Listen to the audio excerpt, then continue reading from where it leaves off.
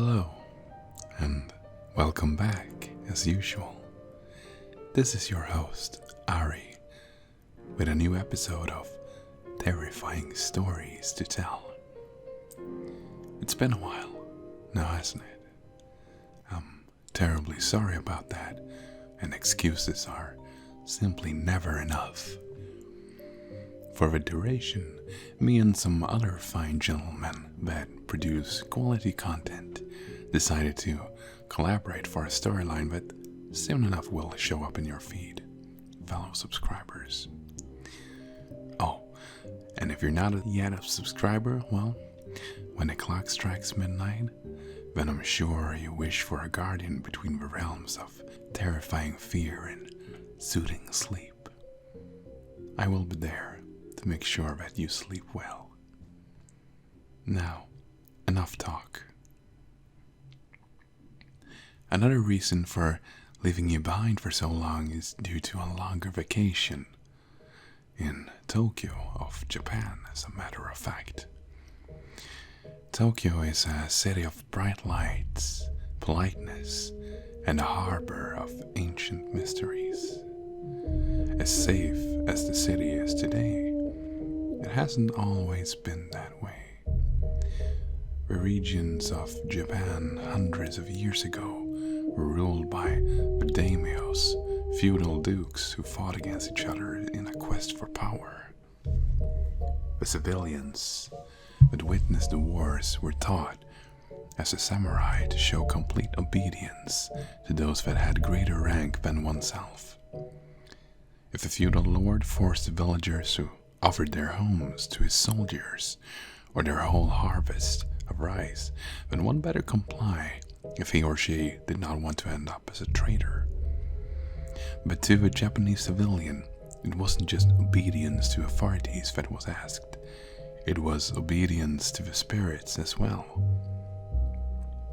The forefathers, the gods in heaven, and even the blinking shadows in the forests and caves and seas, and homes that found the humans easy victims to their tricks. These very unpleasant demons were called the yokai, hence the title of this video, deriving from two kanji symbols, yo and kai.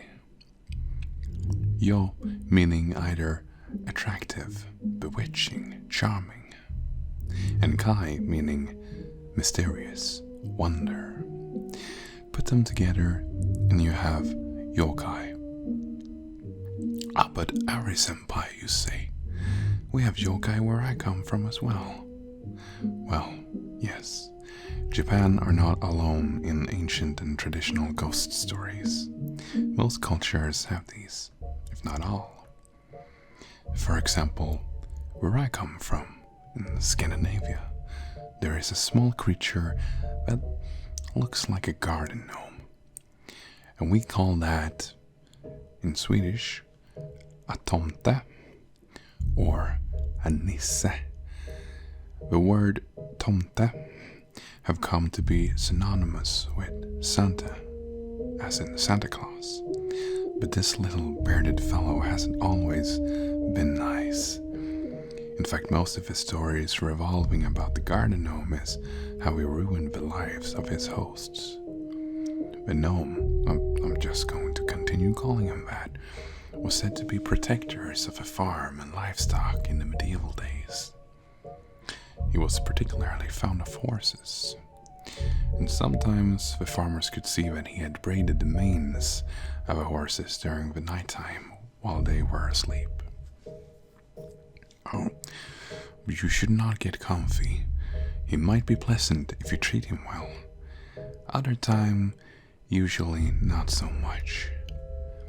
The most famous of stories revolving about this beard baby was how his farmer forgot to put butter on his annual porridge offering, also known as a blot, which is a gift to please the spirits. In return, the gnome slaughtered the farmer's favorite cow, and then realized that the farmer simply put the butter under the porridge, hidden.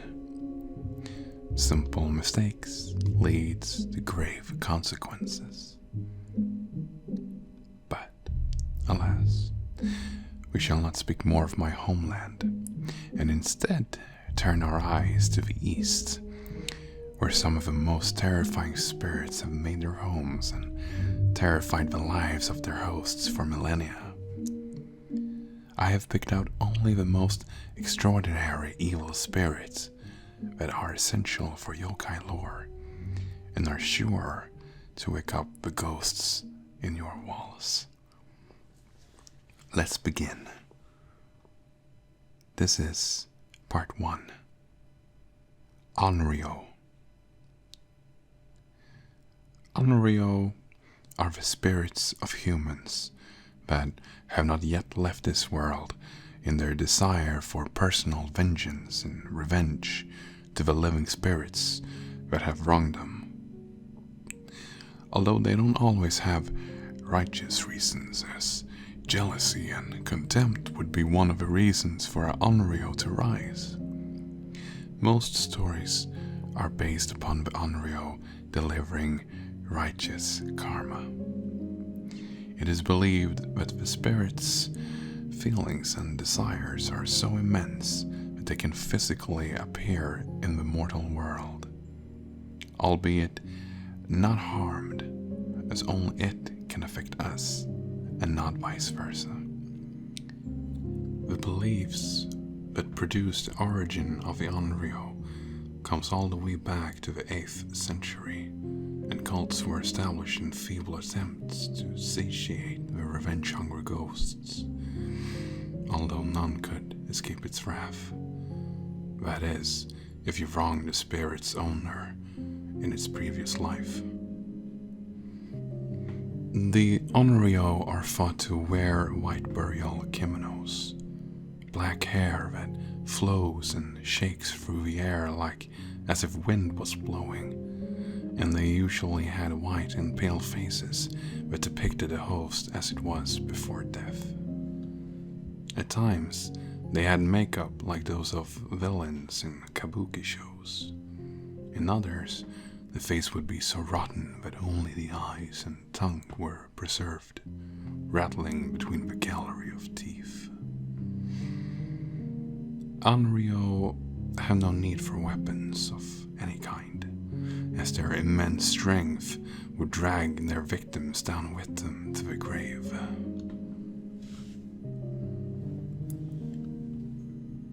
There was a story going around. I was visiting a local izakaya in Tokyo during my time there, and as much as I wanted to go and party with Japanese businessmen, the day had been long, my feet were tired, and my mind had grown weary.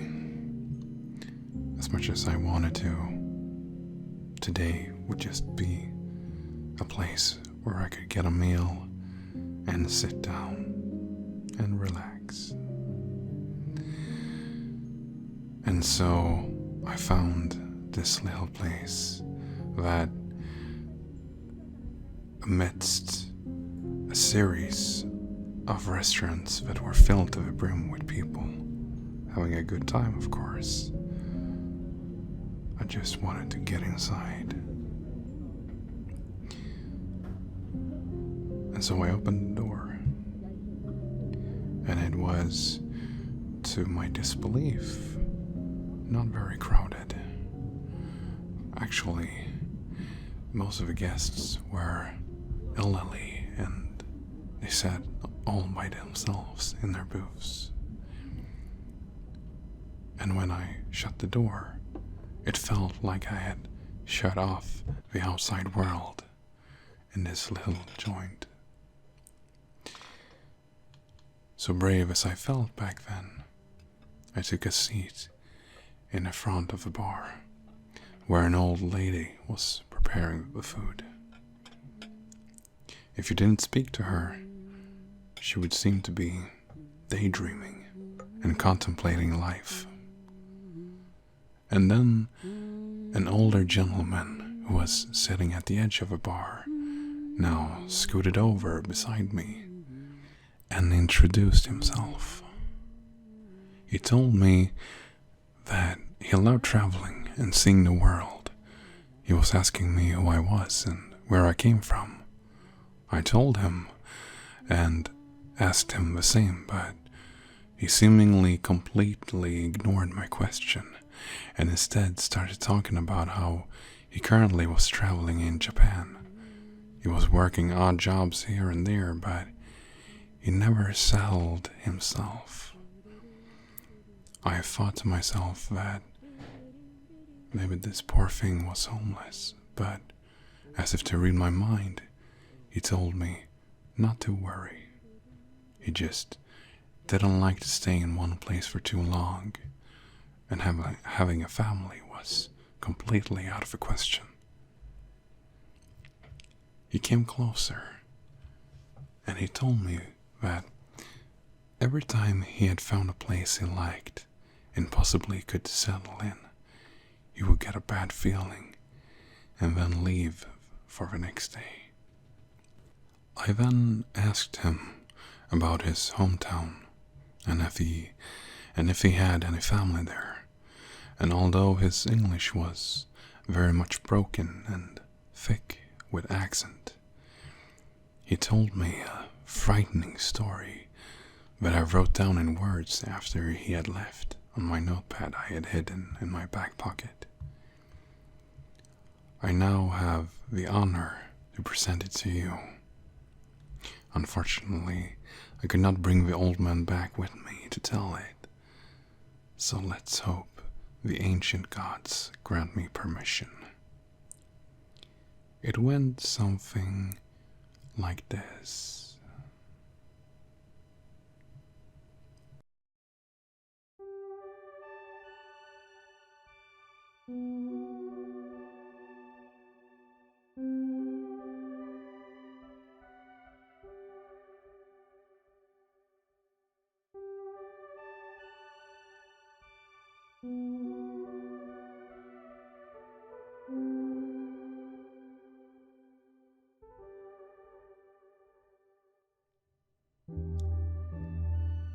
Back in feudal Japan, the Confucian decree entailed that the laws of natural order, as in your parents outrank you, and that you outrank your children, or an employer outrank his employee, commander and subject, the lower rank would always have to comply.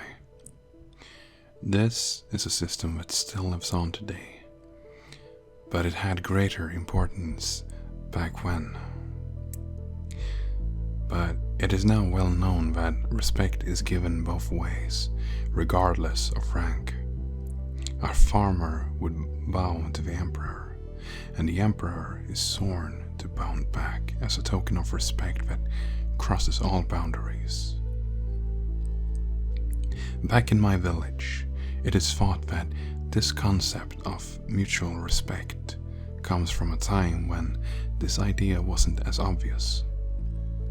My village, through the years, have remained untouched by domestic wars, and honestly is on its way to be completely deserted as more and more leave every generation. It is known for two things: an old abandoned castle that nobody speaks about, and a shrine that once was a forgotten cemetery. Every year we bring gifts such as food, livestock, and precious gifts, and we hope that the spirits are pleased. A lot of people where I come from don't like to talk about the castle, even though it is in plain sight. If you asked them about it, they would think you wanted to wake the evil spirits, and they would curse you even for mentioning that place. They are not wrong for doing so, and you must forgive them. I'm not religious by any means, but I walked inside the castle walls when I was young, and when the wind blew, the door to the outside was slammed shut and locked the door from the outside in some way I cannot understand to this day, as the lock is on my side of the door. Nonetheless, through the creaks and corners of the castle, the wind made its way inside and swirling around the main hall, almost depicting rash movements while making sounds that could almost be made out as screaming, shouting, and shrieks. No place has frightened me as much as this one had. After shutting my eyes close and putting my hands to my ears while sobbing in a corner for a couple of seconds, obsessed with claustrophobical thoughts, the wind stopped its singing and the door to the outside was again open. As any child would have done in my state, I ran home to my Nana, the one person I could completely trust in this village of superstitious rice farmers, the one who inspired me to be rational, who took me in her embrace and calmed me. She had asked what had happened, and I told her. Although she wasn't surprised, she had told my parents that one day I probably would want to explore the castle, but they had been too superstitious to allow me. She told me that she as well had been inside, and as frightening as the experience was, our minds can sometimes fool us to think of something if we want it to exist. That's one answer.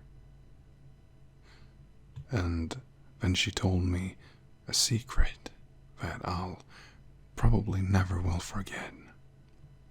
And that's why I'm telling it to you. This secret is embedded within everyone at home, and from underneath it spread throughout the whole of Japan as a simple thought that terrified and shook castle lords to their knees. You see, the owner of the abandoned castle was a feudal daimyo by the name Showa Junko. Although it's not known if he was related to the Showa emperors during the 19th and 20th century. Junko was one of the most prominent warlords during his time. His realm stretched far, and he was a paragon to his allies and the soldiers that followed him. The village, which became a city during his reign, came to be called after his name, something that history would come to regret. Showa Junko made a city out of plains, a state out of a few villages, soldiers from men, and men from boys. Most importantly to him, and from this story, Junko demanded obedience from his followers. Complete obedience. If a tea had come cold, or if one of his soldiers forgot to straighten their back, then whoever was responsible would be taken into the center of a main hall and would receive physical punishments. And always a glimmer in his eye and a crooked smile when he stood face to face with the offender and decreed punishment. Every week, a new instrument to cause pain and permanent scars was shown to the audience. Yes, they had to watch, but it was for the greater good, you see. Because this was not only a lesson to the culprit, this was a lesson for all potential troublemakers, so to show them that their actions would not go unpunished. Depending on how great the offense, the punishments would rise in intensity. In the most extreme of cases, as in desertion on the battlefield or spying for surrounding daimyos, it would mean certain death. There was no way around it. But it wasn't just traitors who received the worst. Serial offenders whose tribute was never enough for a great Showa Yonko were delivered due payment time after time, day after day, and weeks after weeks, until their bodies were only open wounds that never got time to heal, and crippled beyond belief until their legs would not stand and their hearts stopped. You would think that his men would stop him, but nobody would dare, as they all looked up to the man. This was their reality, and they convinced themselves that the victims deserved what he had in store for them. For a great kingdom to form and a great ruler to rule it, his subjects must do what they can to make his dreams come to life.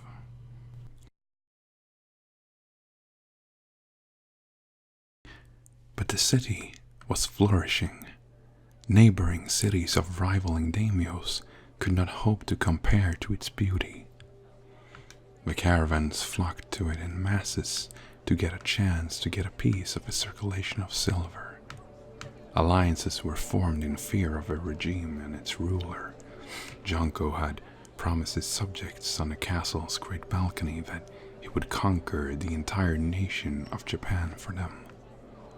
The audience burst into shouts and tears of joy that their promised leader had come. The people of Showa started building temples, carving idols, and putting up shrines in their homes to honor him. Junko had asked that his people to pray for him as his next march to conquer the villainous cities of his rivals. And that they did. And thus came the sacred tradition of a Bon in early August. But the citizens had forgotten. Their prayers now went to Junko. Their shrines had drawings of him, and in the great temples, his image towered above all else in beautiful lacquered wood. Usually, back then, the Japanese did not create idols and statues of gods, but this was an exception. In the great hall, Junko was preparing and planning with his generals to leave during early morning. No one was allowed to sleep during the night, as preparations were still being made, and the people had to endure the wait with him. And suddenly it had turned to midnight. It started getting quiet outside, and the general could finally concentrate in peace as the markets and streets quieted down. Somehow he could feel that it was too quiet. The sounds didn't just die off in seconds' notice, it would progressively slow down. But now there was only the whispering winds and the rustling of leaves on the ground. Whispering. And then it stopped. Complete silence. The chatter inside had died down, and they all looked towards the door in confusion. It was as if it demanded their attention. Out of nowhere there was a great and explosive knock on the castle gate, which was made out of hard wood and iron. It would take a battering ram to make that much noise. The castle gates shaking back and forth, but they stood. The General Junko, visibly shaken, but trying to keep his composure, shouted, "Who dares vandalize my castle? Show yourself."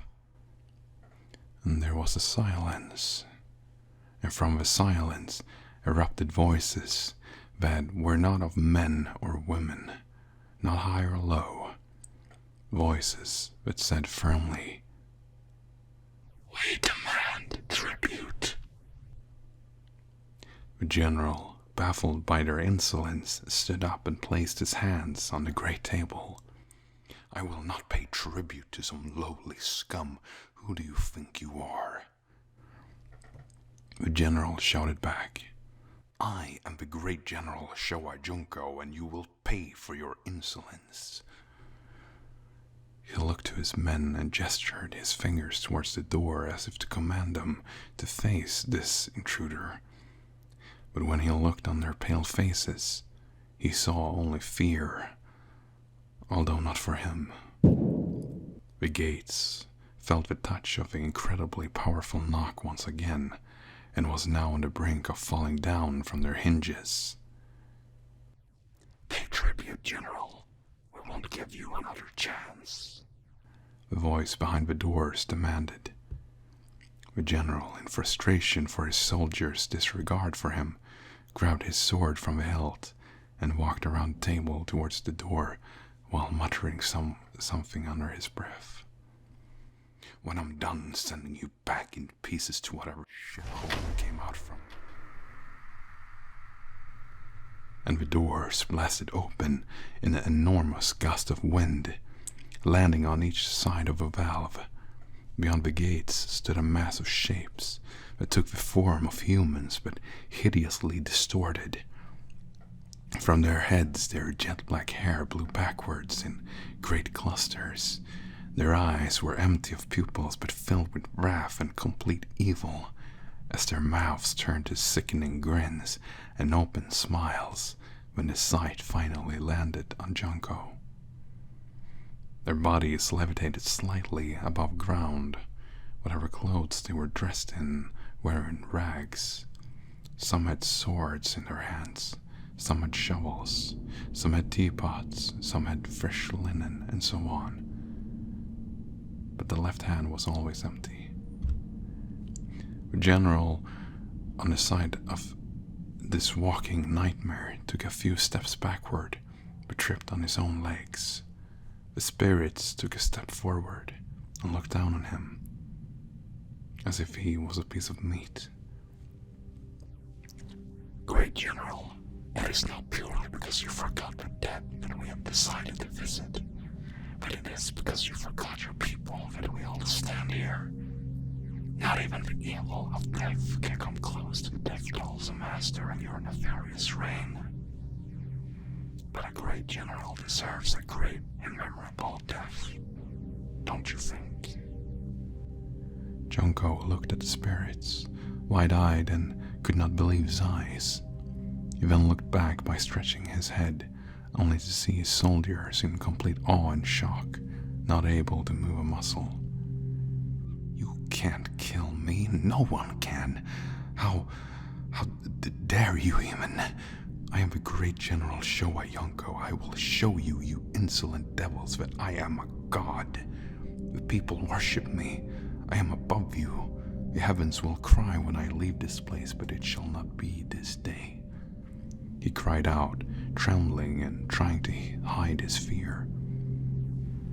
"Oh, but your day has come. The gods have decided your fate, and it's the most gruesome that not even your punishments can compare," they replied, calm but grinning throughout. Showa Junko rose to his feet and charged towards the spirits in a blind fury. He could not believe that the ancients had come to punish him of all people. Why Showa, the soon-to-be emperor of the realms of Edo? No, it was the ghosts of a jealous past that were wrong, and they would know the might of a sword. He raised his sword and delivered a hefty blow that would deliver even the toughest of souls to Naraka, or the Hell Realm. But the hit didn't land.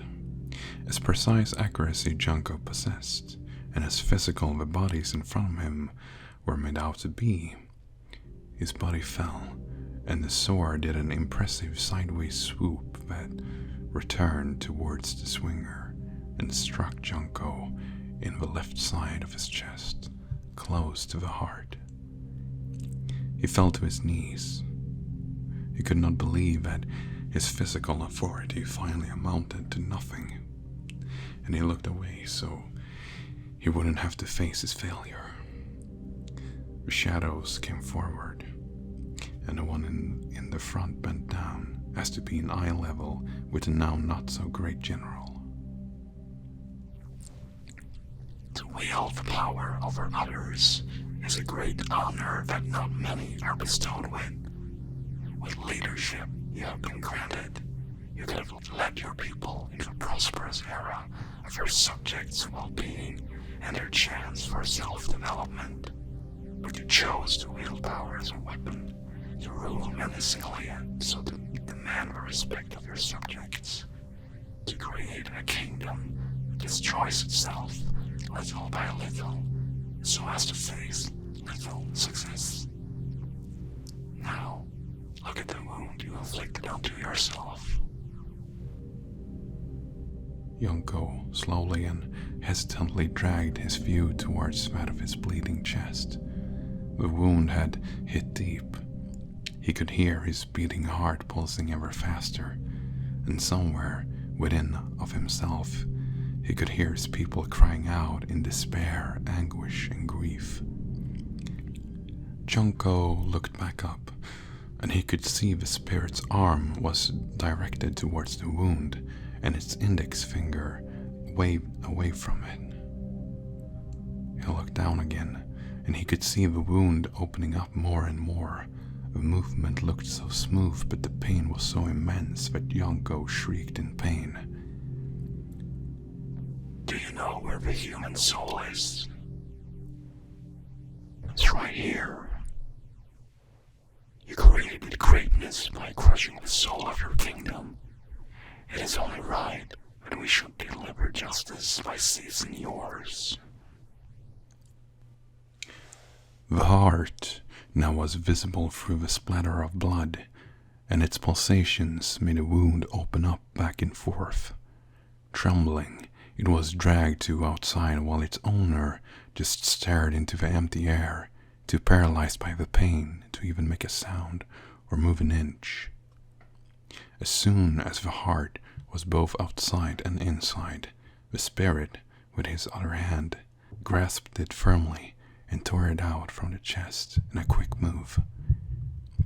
The now lifeless body in front of the spirit dropped like if its strings were cut, and it rose while holding the beating heart, rotten and filled with contempt.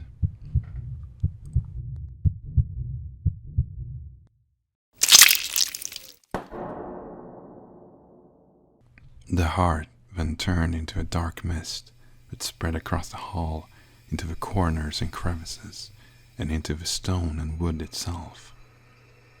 The hall drowned in the voices of the past, miserable and frightened, and their echoes. The soldiers around the throne, now finally being able to move, closed their eyes and ears as the shrieks continued, and the spirits turned around and moved towards the castle gates and to the outside, and then finally disappearing completely as the wind blew through them. At the back, when the demons had vanished, they all made a run to it for the outside, unharmed by the events but scarred and traumatized for the rest of their lives. Just standing inside the castle brought a feeling similar to that of a phobia that cannot ever be treated. The constant fear would never cease. The soldiers realized that they all had the same thought in mind and barred the castle gates with wood, stone, and whatever else could protect against the beating heart.